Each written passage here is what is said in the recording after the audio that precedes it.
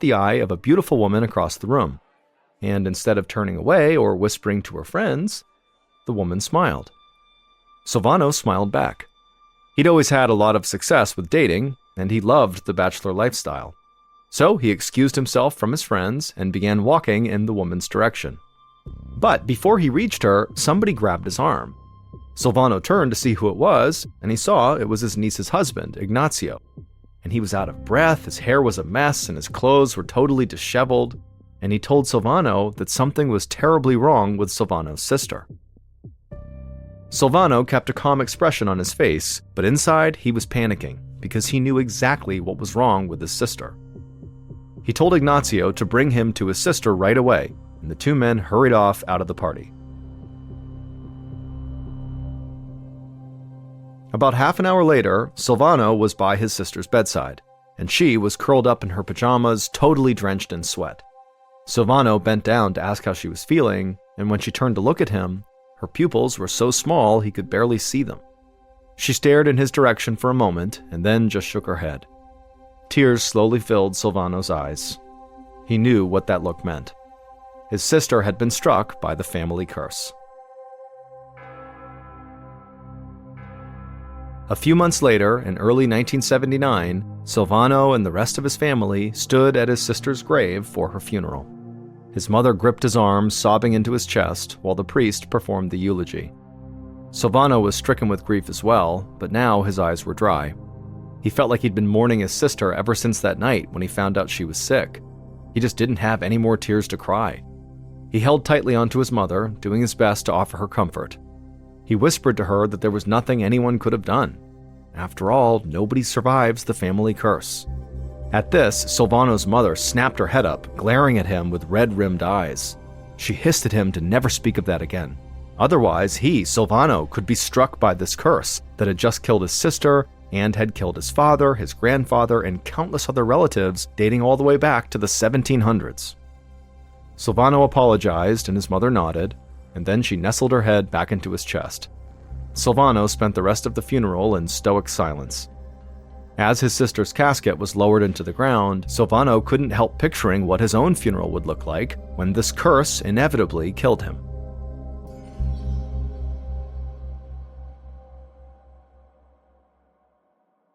After his sister died, Silvano threw himself completely into his work. He managed a very successful construction company and spent all his time organizing projects and visiting job sites. One of his remaining living sisters, who lived with Silvano, had to constantly remind him to eat and drink, and then whenever he had a social event, she had to remind him to attend it. For the next few years, that was what Silvano's life was like. Basically work 24/7. But by 1983, 4 years after his sister had died, Silvano was completely exhausted. He knew he needed a break. So that summer, he decided to surprise his mother with a cruise on the Mediterranean Sea. And it would turn out it would be just what he needed. The warm air was invigorating, and every evening there was a new party for Silvano to attend. But on the last night of the cruise, disaster struck. Silvano was dancing with his mother when he suddenly felt overheated. He could feel his skin sticking to the shirt underneath his tuxedo jacket. His mother pulled away from him and asked if he was okay, and Silvano nodded and said he was fine, he just needed to go cool off for a minute. Silvano's pulse raced as he ran to the bathroom. He knew this was not just a simple case of overexerting himself, and when he looked into the mirror, his pinprick-sized pupils confirmed his worst fear. The family curse had indeed come for him too, and he was all too familiar with what happened next. First, he would stop being able to sleep, his mind would begin to deteriorate, and he'd lose his grip on reality, and then shortly after that, he'd be dead. And there was nothing anyone could do about it.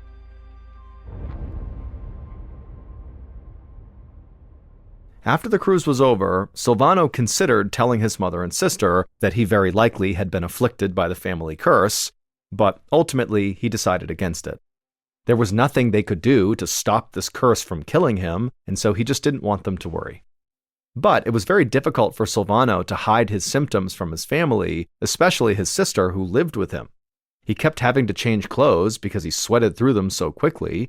He rarely made eye contact with her because he didn't want her to see his pupils, and at night when he laid in bed unable to sleep, He was too scared to get out of his bed and do anything because he was worried his sister would hear him walking around. About 6 months after the cruise, Silvano sat at his desk in his home office. He'd been avoiding going to work in person because he didn't want anyone to notice his illness. The clock read 3 p.m., but Silvano had already put in a long day because he had been up working since 4 o'clock that morning. Even though he'd been working for 11 hours straight, Silvano did not feel tired. He just felt hot. He grabbed a piece of paper off his desk and used it to fan himself.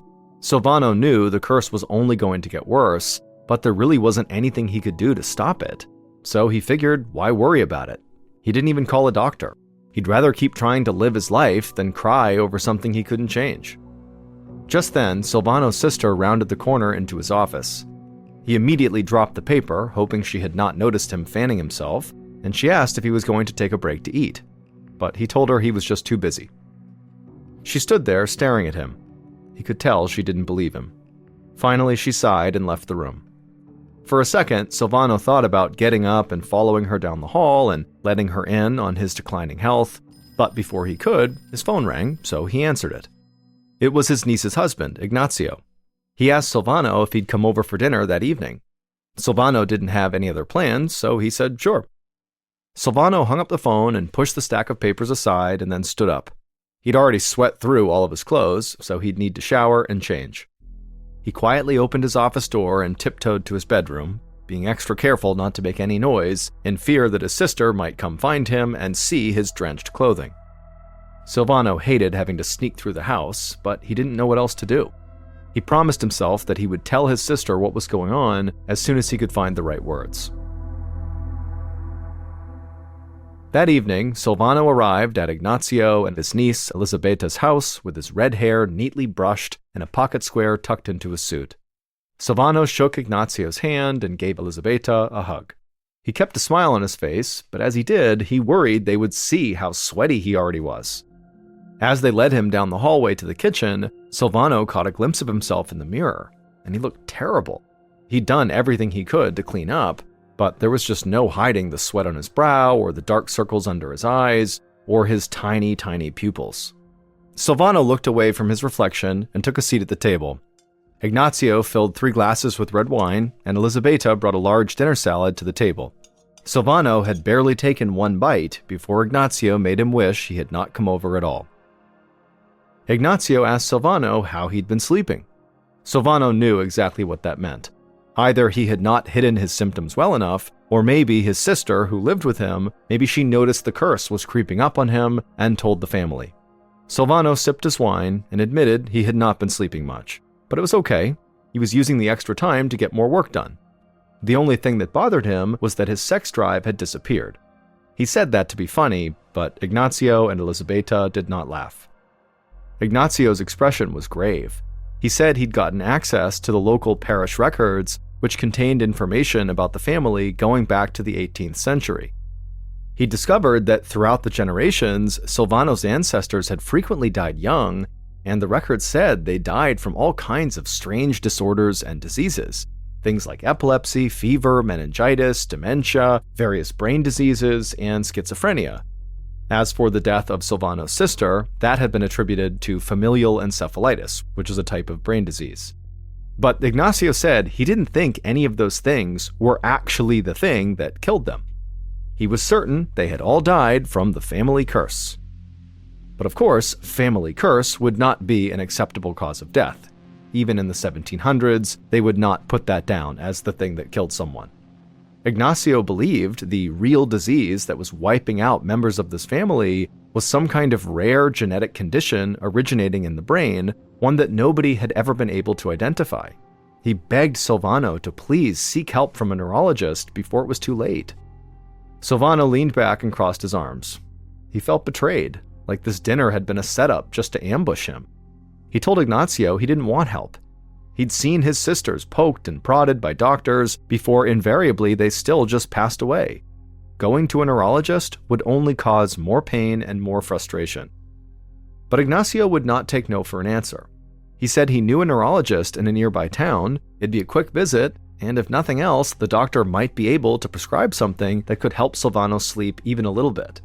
Silvano shrugged and then finished his wine in a single gulp, and then he said, "Okay, fine, I'll go, but only if you don't ask me to do anything else after this." A few days later, Silvano sat in the passenger seat of Ignazio's car as they drove on the thin roads of the Veneto region, passing by fields of grazing cattle, intricate Gothic buildings, and canals full of clear water.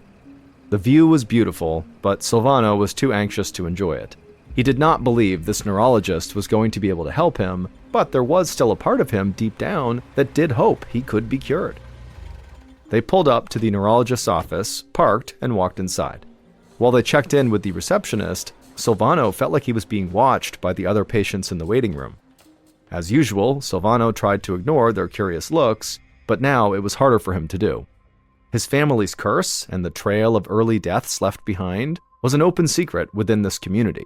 He could sense them evaluating him to see if he might be suffering from this curse too. After a few uncomfortable minutes in the waiting area, Silvano and Ignazio were called back to an exam room. A young neurologist came in, and Silvano explained his symptoms: unusual sweating, tiny pupils, low sex drive, and difficulty sleeping. Silvano was on edge as he watched the neurologist think. The doctor said he wasn't sure what to make of the sweating and the size of Silvano's pupils, but the lack of sleep could be a result of anxiety or depression. The neurologist prescribed Silvano a sedative. He said it might not cure him, but it should help him rest. Just like that, Silvano's hope dissolved. He'd known this appointment would be useless.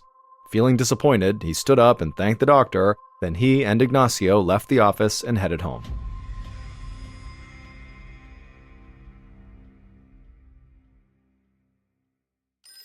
The next evening, Ignazio was in his bed with his wife when his phone rang. He pushed the covers back and walked to the receiver, and when he picked it up, he heard Silvano's sister's frantic voice on the other end. She told Ignazio to come over quickly, then the line went dead. Ignazio figured this must have something to do with Silvano and the family curse, so he rushed to his car and sped over to his uncle-in-law's house. When he got there, he flung open the door and raced inside. Silvano's sister was right inside the house in the entryway, and her eyes were wide as she watched her brother, Silvano, who was right across from her at the base of the stairs.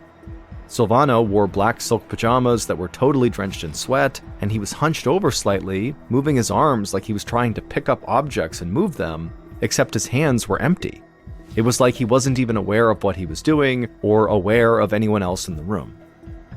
Silvano's sister whispered to Ignazio that she'd heard a commotion in Silvano's room, and when she went to investigate, she saw Silvano sitting up in bed doing this weird military-style salute. And then without a word, he'd just gotten up, walked right past her, and marched down the stairs.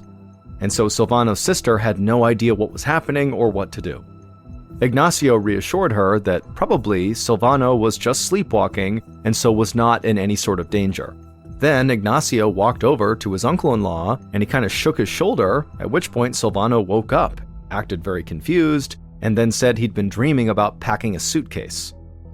Ignazio glanced from Silvano to Silvano's sister, and then he told both of them that, it seems like the sedative Silvano is taking is probably leading to sleepwalking. And so because sleepwalking can be quite hazardous, it's probably best that Silvano stop taking the sedative.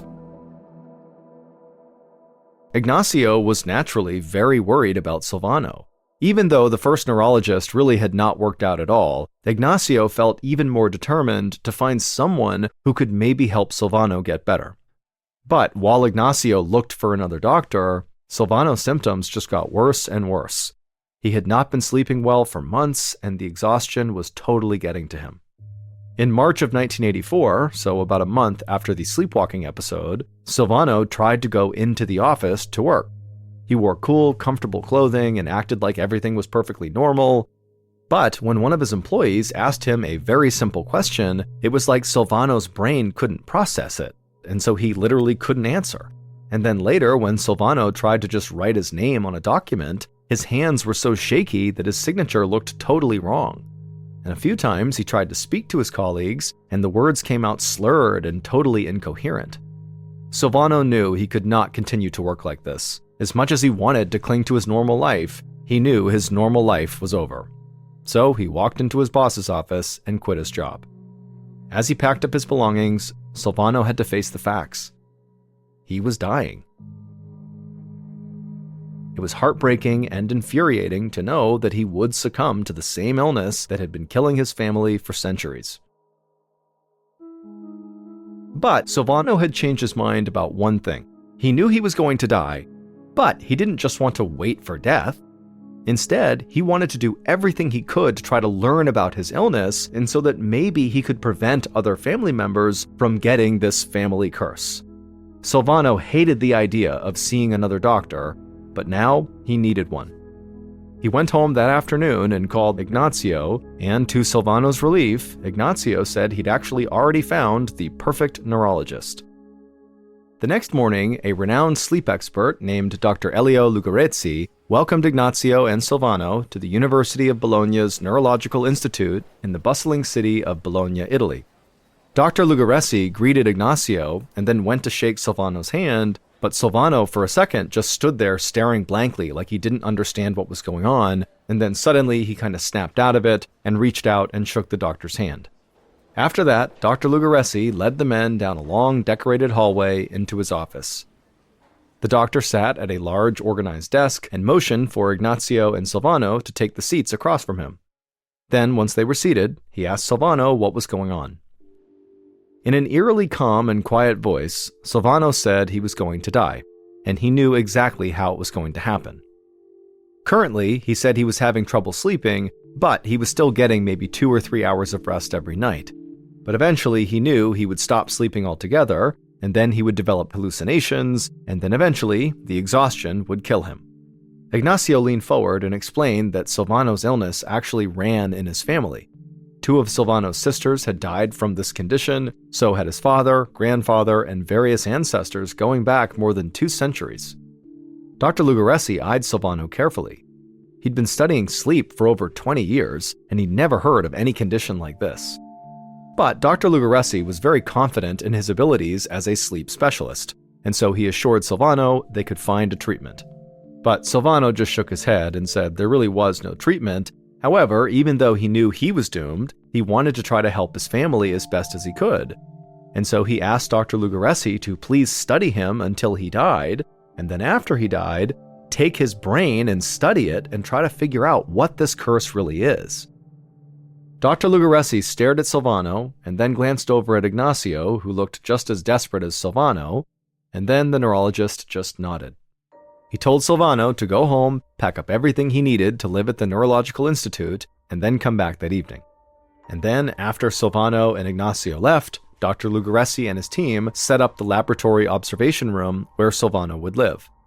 The room was small and nondescript, and had a bed in one corner and a video camera in the other.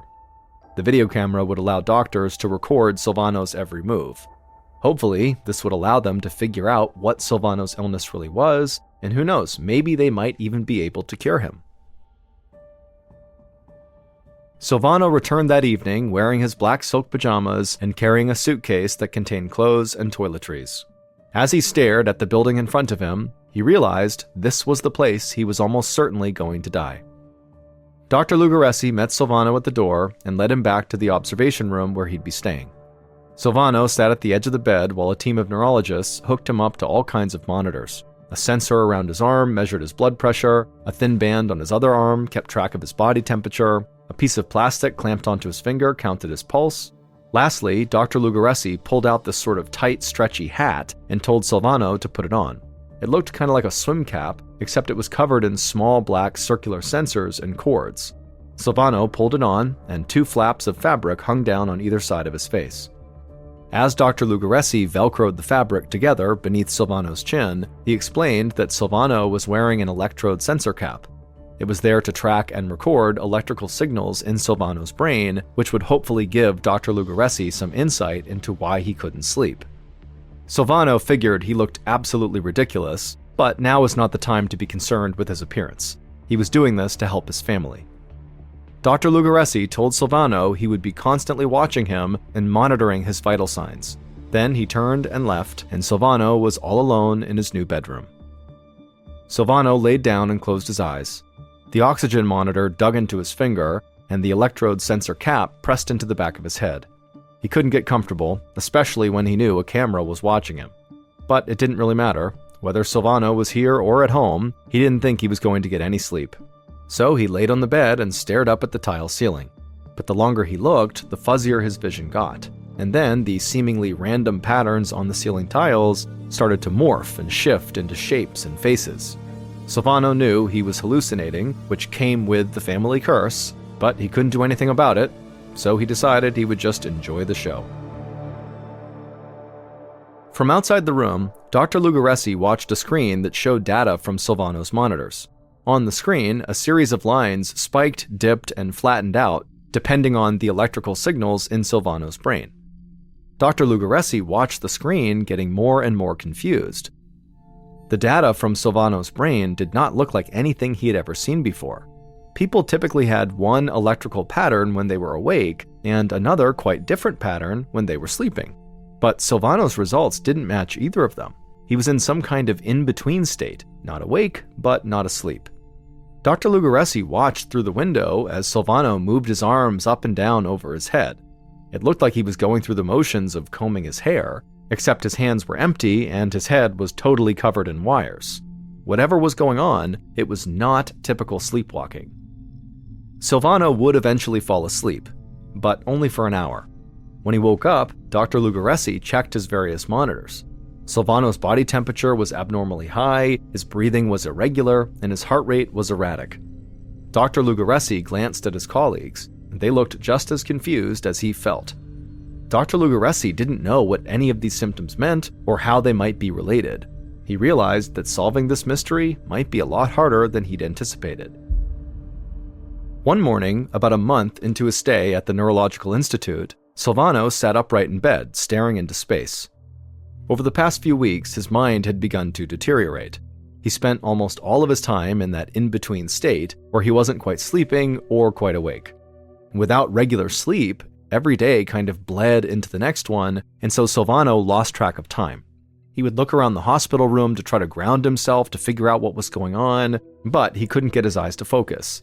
Sometimes Silvano was vaguely aware of Dr. Lugaresi asking him some questions, but the doctor's voice sounded garbled and far away. That morning, as he sat awake staring at nothing, Silvano actually started to feel tired. And just as he thought he was finally going to get a little bit of sleep, his head just jerked right back up. And then he felt tired, and so he started to drift off, but then again, his head snapped back up. It was like his body was actively rejecting sleep. Frustrated, Silvano pushed himself out of bed with his weak, shaky arms, and then he just began shuffling around the room with no idea where he was trying to go or what he was trying to do. It took all of his strength to put one foot in front of the other, but it was better than trying to sleep unsuccessfully. As Dr. Lugaresi watched Silvano pace around in his room, the doctor decided he had to do something to help. He went into the room and gently led Silvano back over to his bed, and then once he was sitting down, he injected him with a sedative. And as soon as he did, Silvano's pulse and blood pressure plummeted. He almost stopped breathing. Dr. Lugaresi's stomach dropped. The sedatives had sent Silvano into a coma. Panicked, he administered more medications to undo the effect of the sedative, and these medications did bring Silvano out of the coma and put him back into that kind of trance-like state he was in. Dr. Lugaresi didn't know what to do. Silvano had always told him that there was no cure for this family curse, but Dr. Lugaresi had really wanted to prove him wrong. But now, after a month of monitoring Silvano, the doctor still could not give him a proper diagnosis, let alone help him get better. Dr. Lugaresi was really starting to feel helpless. Another month later, Dr. Lugaresi sat next to Silvano's bedside. Silvano was practically comatose, a totally blank expression on his face, until out of nowhere, he wrapped his arms around his legs and started screaming as loud as he could. To Dr. Lugaresi, it was like all of Silvano's pent-up pain and frustration was now finally just coming out. The worst part was, this seemed to be the last bit of energy left in Silvano. Over the next few weeks, Dr. Lugaresi watched as Silvano became less and less aware of the world around him. He quit eating, he quit moving, and so Dr. Lugaresi knew Silvano was dying, and there was nothing he could do to stop it. Silvano passed away in the laboratory observation room. Just as he'd predicted, He died 9 months after that night on the cruise ship when he first noticed symptoms of the family curse developing. Dr. Lugaresi kept the promise he'd made to Silvano. Immediately after he died, a pathologist removed Silvano's brain, and it was shipped to a neurological specialist in America. And what that specialist discovered in Silvano's brain shocked Dr. Lugaresi. The thalamus is a small walnut-shaped structure located near the center of the brain. It helps us process sensory information and plays a vital role in consciousness and maintaining our regular sleeping and waking cycles. And Silvano's thalamus was full of holes. It literally looked like worms had just bored right through it. Large portions of his thalamus had just been totally destroyed. Dr. Lugaresi had never seen anything like this before. In fact, this was a new disease, and it would be named fatal familial insomnia. In 1986, Dr. Lugaresi published his findings, detailing Silvano's illness and introducing his family's curse to the scientific community. Based on further research with Silvano's relatives, Dr. Lugaresi eventually determined fatal familial insomnia is caused by malfunctioning proteins which attack the thalamus.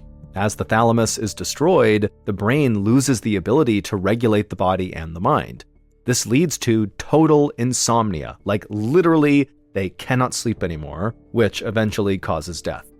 The chances of the average person developing fatal insomnia are about 1 in a million, but in Silvano's family, where the disease had been passed down genetically through generations, the chances were 1 in 2. In 1986, Silvano and his relatives were the only known people suffering from fatal familial insomnia in the world. In the years since, researchers have found about 50 other families with the same disorder. There are currently no effective treatments for fatal familial insomnia. It's a death sentence. But doctors do still continue to research the disease in hopes of someday finding a cure.